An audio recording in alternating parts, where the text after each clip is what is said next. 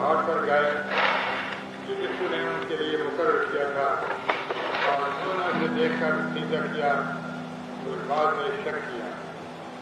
جس نے پاس آ کر ان سے باتیں کی اور کہا کہ آسمان و زمین کا کل اختیار مجھے دیا گیا ہے، بس تم جا کر سب قوموں کو شاگرد بناؤ اور ان کو باپ اور بیٹے اور روح القدس کے نام سے بپتسمہ دو، اور ان کو یہ تعلیم دو کہ ان سب باتوں پر عمل کریں جن کا میں نے تم کو حکم دیا، اور دیکھو میں دنیا کے آخر تک ہمیشہ تمہارے ساتھ۔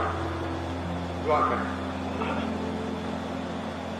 خدا ہمارے پیارے آسمانی باپ، اور شام کی عبادت کے لیے تیرا شکر ادا کرتے ہیں اور منت کرتے ہیں خدا کہ اپنی پاک حضوری سے ہمیں سرفراز کر اور آج کے کلام کو ہمارے لیے بابرکت بنا، اپنے پاک روح کے وسیلے سے ہماری رہنمائی عطا کر، اور وقت کہ تیرے ہی فضل سے ہماری روحیں تازہ ہو جائیں اور ہمارے ایمان پختہ ہو جائیں، خدا مسیح کے نام سے آمین۔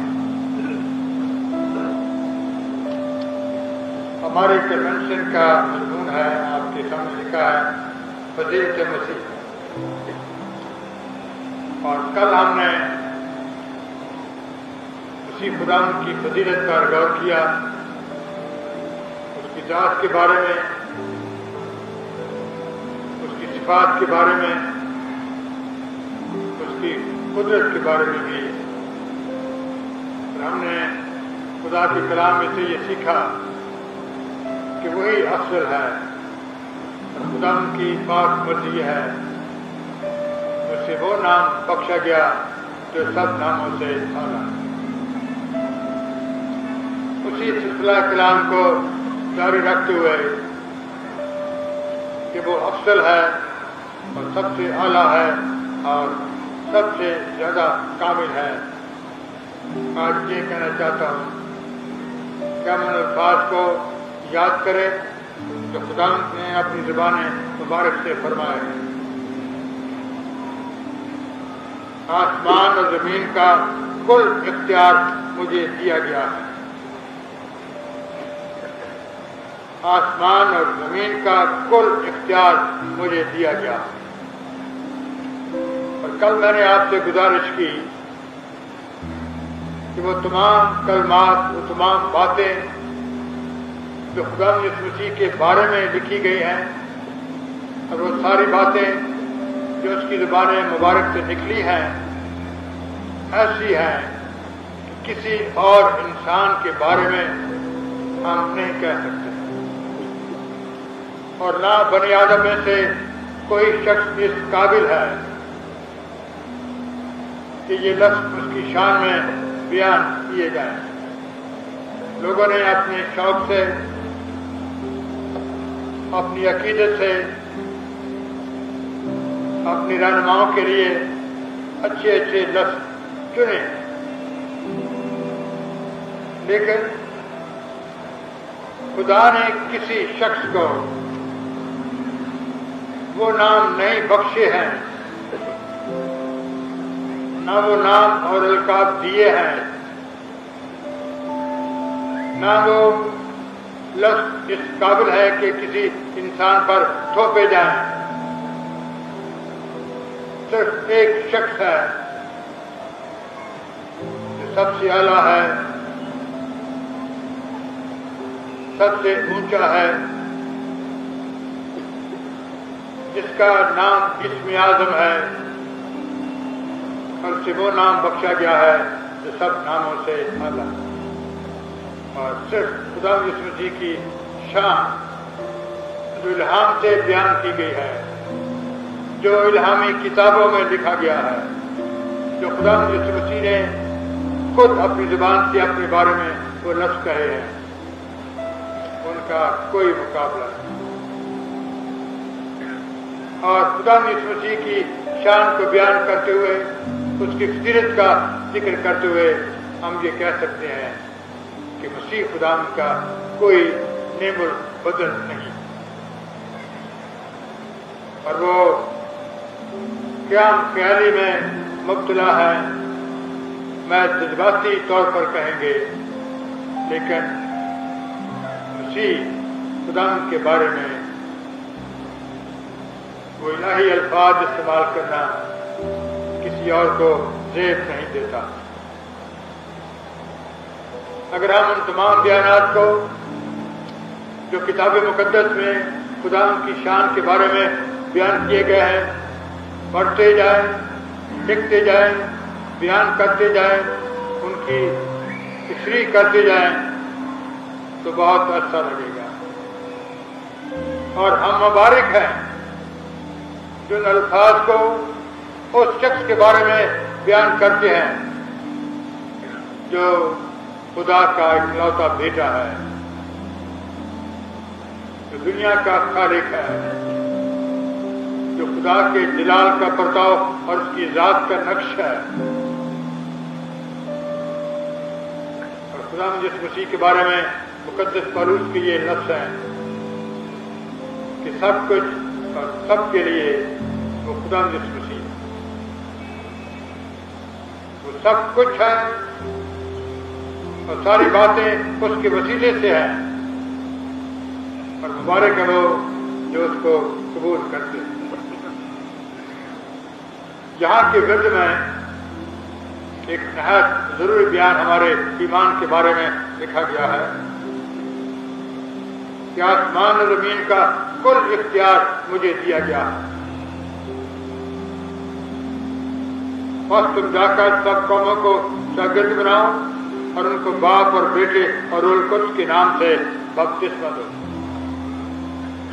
ان کو باپ اور بیٹے اور روح القدس کے نام سے بپتسمہ دو۔ آج ایک بڑی غلط فہمی دور کرنا چاہتا ہوں، ایمان کے بارے میں ہم بہت محتاط نہیں، ہمارا عقیدہ خدا کے بارے میں یہ ہے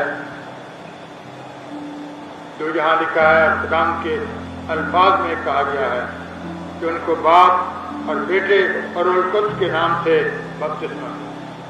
تینوں کا ذکر ہے، باپ ہے، بیٹا ہے اور روح القدس ہے۔ ہم تثلیث کے توحید کو ماننے والے لوگ ہیں۔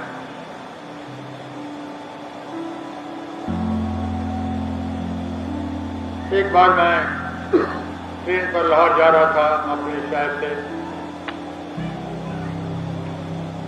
گاڑی کا نام ہے بہت ہے، تو بہت سے ہمارے شہر کے لوگ لاہور کام کرنے کے لیے اسی گاڑی پر جاتے ہیں۔ تو مجھے دیکھ کر کہنے لگے اچھا ہوا کہ اتفاق سے آپ بھی ہمارے ساتھ اسی ٹرین میں جا رہے ہیں۔ کہنے لگے ہمیں مسئلہ تثلیث سمجھا دی۔ میں نے کہا میں تو تثلیث کو نہیں مانتا۔ حیران تھے کہ میں نے کیا کہہ دیا۔ میں نے کہا کہ میں تثلیث کو نہیں مانتا اور میں توحید کو بھی نہیں مانتا، میں تو تثلیث فی توحید کو مانتا۔ یہ ہمارا عقیدہ ہے کہ ہم خدا کی وحدت میں تین کی کثرت کو مانتے ہیں، اور یہی معقول عقیدہ ہے۔ ہم محض تثلیث کو نہیں مانتے، ہم محض توحید کو نہیں مانتے، ہم تثلیث فی توحید کو مانتے ہیں، تو یہ ہمارا عقیدہ ہے۔ بہت لوگ ہیں جو بیٹے کے نام سے الرجک ہیں، پاک روح کا بھی ذکر دوبارہ نہیں کرتے ہیں، اور محض خدا کا ذکر کرتے ہیں باپ کے معنی، اور وہ سمجھتے ہیں کہ خدا کے نام کے ساتھ بیٹے کا لفظ اور پاک روح کا لفظ استعمال نہیں کرنا چاہیے،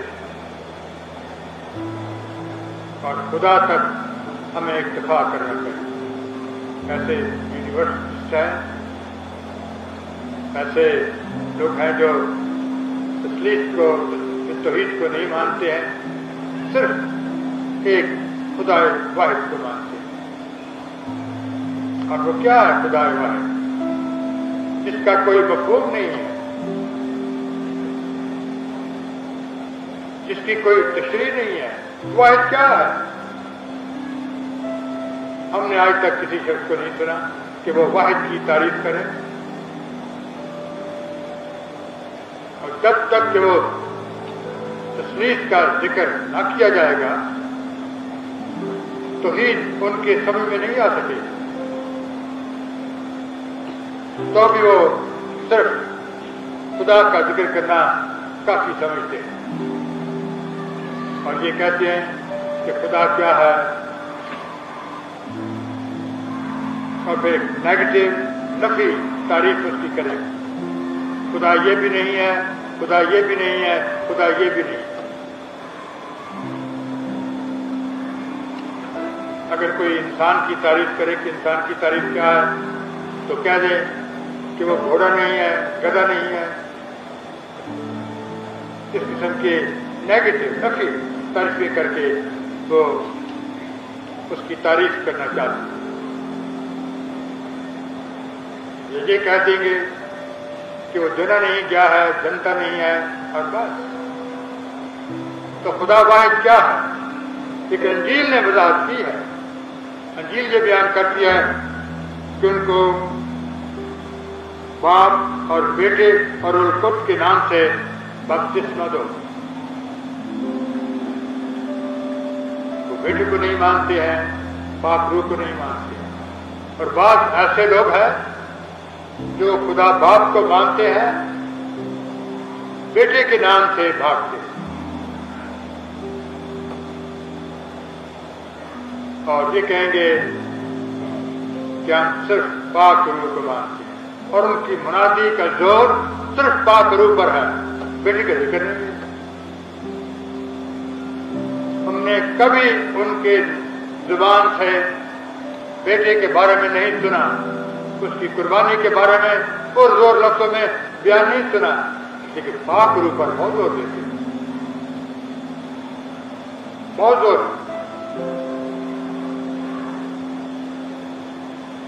اور بعض ہیں جو خدا باپ پر زور دیتے ہیں، خدا پاک روح پر زور دیتے ہیں، اور بیٹے کے بارے میں کچھ بیان نہیں کرتے، اور جو بیان کرتے ہیں وہ نہ بیٹے کا نہ باپ کا ذکر کرتے ہیں، نہ پاک روح کا ذکر کرتے ہیں، اور ایک نیا عقیدہ ہمارے سامنے پیش کر دیا ہے کہ صرف سب کچھ بیٹا۔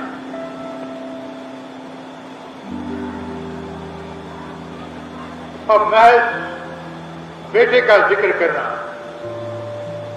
اور باپ کا ذکر نہ کرنا اور پاک روح کا ذکر نہ کرنا، یہ ادھوری تعلیم ہے۔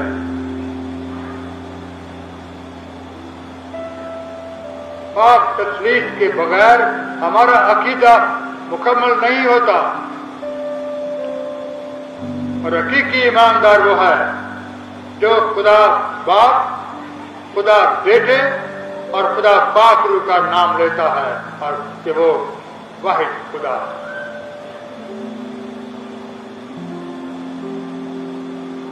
ابھی کل مجھے ایک شخص نے کہا کہ ایک شخص نے اس کو بہت پریشان کیا، وہ بار بار ضد سے ذکر کرتا تھا کہ صرف بیٹے کا ذکر کرو اور خدا باپ کو، خدا پاک روح کو اس کے نام کے ساتھ پیش نہیں کرنا چاہیے۔ اور میں آپ کو یہ یقین دلانا چاہتا ہوں کہ خداوند یسوع مسیح ہمارا خداوند ہے، ہمارا نجات دینے والا ہے، اور ہم اس کو نظر انداز نہیں کر سکتے۔ لیکن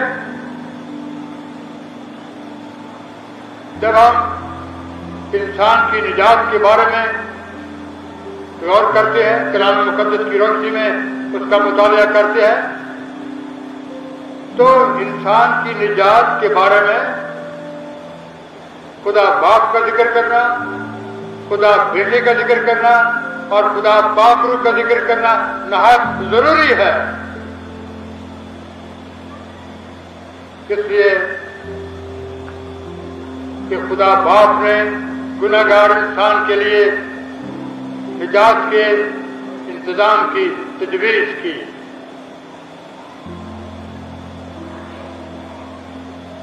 خدا بیٹے نے گناہگار انسان کے لیے جو خدا اس مسیح پر ایمان لاتا ہے نجات کی تجویز کو جو ازل سے خدا نے مقرر کی اس تجویز کو پایہ تکمیل تک پہنچایا ہے. تجویز کرنے والا خدا باپ ہے. اس تجویز کو گروہ کار لانے والا خدا بیٹا ہے اور نجات کی تکمیل کو مؤثر بنانے والا خدا پاک روح ہے. اور تینوں ایک خدا ہے جو اپنی ذات میں اپنی ماہیت میں واحد خدا ہے. تو ہم نہ خدا باپ کو نظر انداز کر سکتے ہیں نہ خدا بیٹے کو نظر انداز کر سکتے ہیں اور نہ خدا پاک روح کو نظر انداز کر سکتے ہیں. تو محض خدا پاک روح کا ذکر کرنا اور ہر وقت ذکر کرنا ہر پہلو سے ذکر کرنا اور خدا بیٹے کا کبھی ذکر نہ کرنا یہ بے انصافی ہے اور ادھوری تعلیم ہے.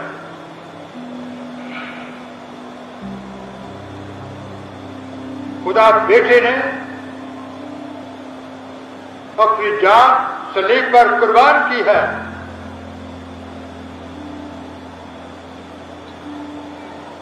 یہ انجیل کا بیان ہے, ہمارا ایمان ہے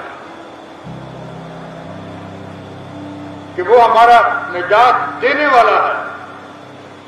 اس کی صلیبی موت کے وسیلے ہمیں نجات حاصل ہوئی ہے.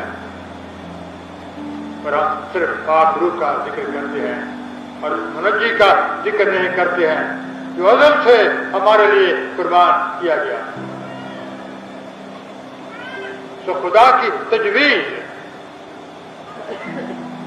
بیٹے کی تکمیل اور پاک روح کی تاثیر تینوں نجات کے لیے نہایت ضروری. اور ہم ان صاحبان کو یہ کہتے ہیں ادھوری تعلیم خطرناک ہے, ادھوری تعلیم بدعت ہے, ادھوری تعلیم ہماری نجات کے لیے کافی نہیں. خدا باپ, خدا بیٹے اور خدا پاک روح کا ذکر کرنا نہایت ضروری. آج جس سلسلہ کلام کو جاری رکھنا میں ضروری سمجھتا ہوں وہ مسیح خدا کے یہ لفظ ہیں اور کہا کہ آسمان اور زمین کا کل اختیار مجھے دیا گیا ہے. آسمان اور زمین کا کل اختیار مجھے دیا گیا. کسی نبی نے, کسی انسان نے, کسی معلم نے کسی صورت میں کبھی بھی اپنے حق میں یہ الفاظ نہیں کہے کہ آسمان اور زمین کا کل اختیار مجھے دیا گیا. کوئی اس لائق ہے نہیں, کسی میں ایسی قدرت نہیں ہے کہ وہ یہ کہہ سکے کہ آسمان اور زمین کا کل اختیار مجھے دیا گیا.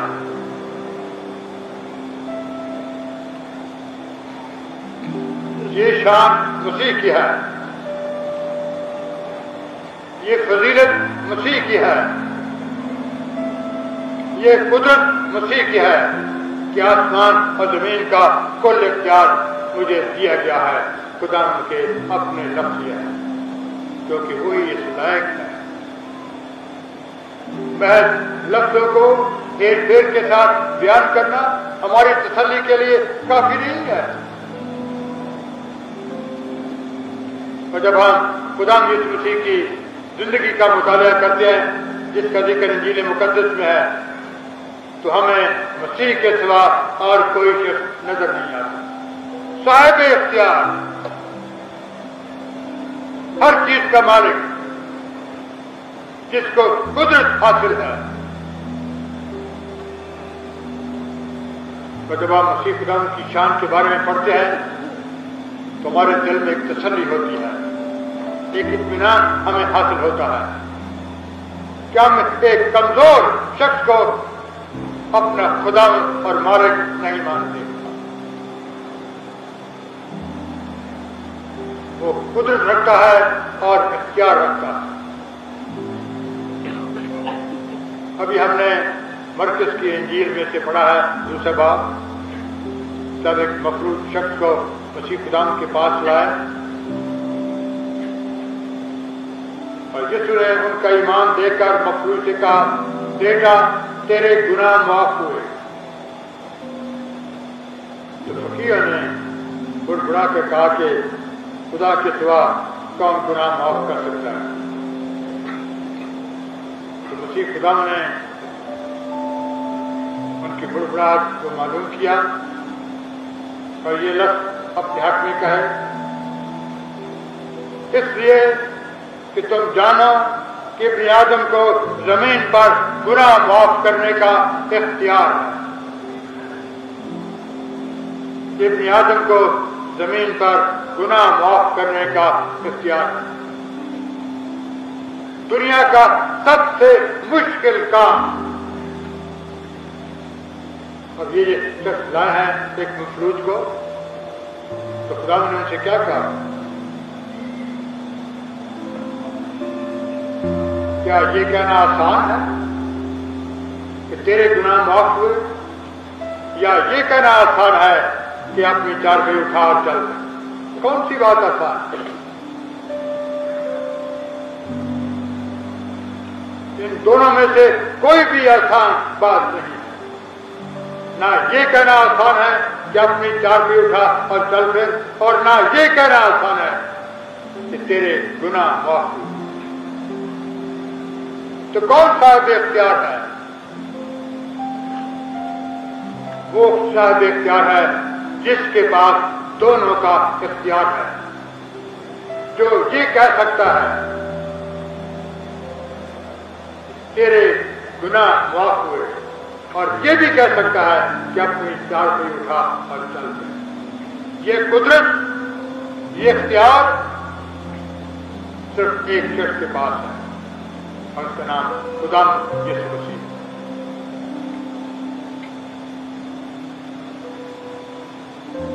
تاکہ تم جانو کہ ابن آدم کو زمین پر گناہ معاف کرنے کا اختیار ہے.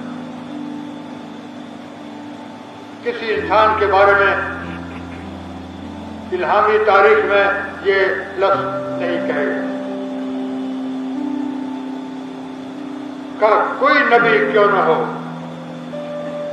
ابراہیم کو لیں، موسیٰ کو لیں، داؤد کو لیں، انبیاء قدیم میں سے کسی کو لیں، کسی کو یہ اختیار حاصل نہیں ہے کہ وہ یہ کہے کہ تیرے گناہ معاف ہو. وہ گناہ کی کراہیت کا ذکر کریں گے کہ گناہ کس قدر مکروہ ہے. وہ یہ بیان کریں گے کہ گناہ کی مزدوری موت ہے. انبیاء قدیم نے ان تمام گناہگاروں کا ذکر کیا ہے جو گناہ کی وجہ سے ہلاک ہو رہے تھے، لیکن یہ نہیں کہا اور یہ کہنے کی ضرورت نہیں کی کہ تیرے گناہ معاف ہو. گناہ کے انتظام کا اعلان کیا ہے. گناہ کی معافی کے بارے میں خدا کے الفاظ دہرائے ہیں، لیکن گناہگار انسان کی معافی کے بارے میں یہ نہیں کہا کہ بیٹا تیرے گناہ معاف ہو. اور خدا یسوع مسیح کے بارے میں بار بار یہ لفظ دہرائے گئے ہیں. ابن آدم ہلاک کرنے نہیں بلکہ نجات دینے کے لیے آیا۔ ایک ایسی عظیم حقیقت خدا یسوع مسیح کی شان میں بیان کی گئی ہے انجیل مقدس میں۔ کسی مقام پر بھی خدا کے بارے میں یہ لفظ نہیں آیا کہ میں ہلاک کرنے کے لیے آیا، میں برباد کرنے کے لیے آیا۔ کہیں یہ نہیں لکھا ہے کہ مسیح خدا انسان کو گرانے کے لیے، برباد کرنے کے لیے آیا ہے۔ ہمیشہ خدا کی شان میں یہی لکھا گیا ہے کہ خدا نے دنیا سے ایسی محبت رکھی کہ اس نے اپنا اکلوتا بیٹا بخش دیا تاکہ جو کوئی اس پر ایمان لائے ہلاک نہ ہو بلکہ ہمیشہ کی زندگی پائے، زندگی پائیں اور کثرت سے پائیں۔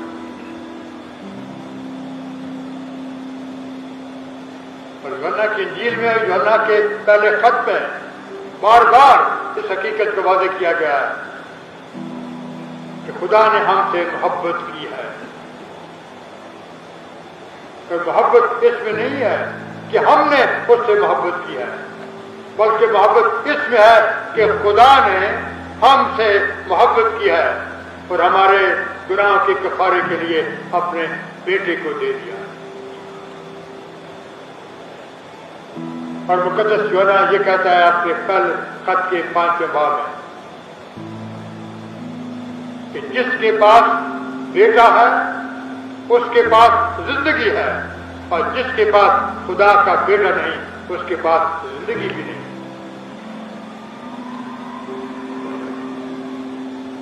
وہ برباد کرنے کے لیے نہیں آیا۔ اور انجیل کی خوبی یہ ہے، انجیل کا بیان یہ ہے، اور مسیح خداوند کی فضیلت اور عظمت اس میں ہے کہ اسے گناہ گار انسان کو تسلی دی، خوشی دی ہے، بربادی کا پیغام نہیں دیا۔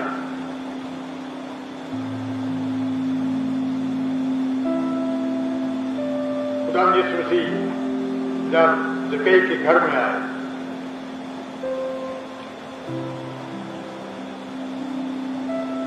تو زکئی کے ایمان کو دیکھا، اس کے وہ لفظ سنے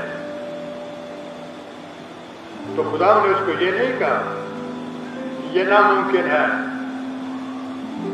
تیری بخشش نہیں ہو سکتی ہے، میں اس قابل نہیں ہوں کہ تیرے گناہ معاف کروں۔ خدا نے اس کو یقین دلایا کہ میری موجودگی کا نتیجہ یہ ہے کہ آج اس گھر میں نجات آئی۔ جہاں مسیح ہے وہاں نجات ہے، جہاں مسیح ہے وہاں گناہوں کی معافی ہے، جہاں مسیح ہے نجات ہوئی۔ خدا جس مسیح پر ایمان لا تو تیرا گھرانہ نجات ہے۔ یہ قدرت ہے، طاقت ہے، قوت ہے، اختیار ہے جو خدا نے گناہ گار انسان کو بخشا ہے۔ گناہ کی مزدوری موت ہے، مگر خدا کی بخشش ہمارے خدا مسیح یسوع میں ہمیشہ کی زندگی۔ تو کون مسیح کے برابر ہو سکتا ہے؟ کس کی فضیلت مسیح کے برابر ہے؟ تاکہ تم جانو کہ ابن آدم کو زمین پر گناہ معاف کرنے کا اختیار ہے۔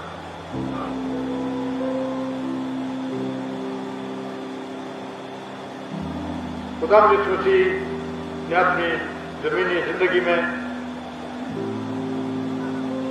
گناہ گار انسان کو تسلی دی ہے اور بتایا ہے کہ تمہاری ہر مشکل کا علاج میرے پاس ہے۔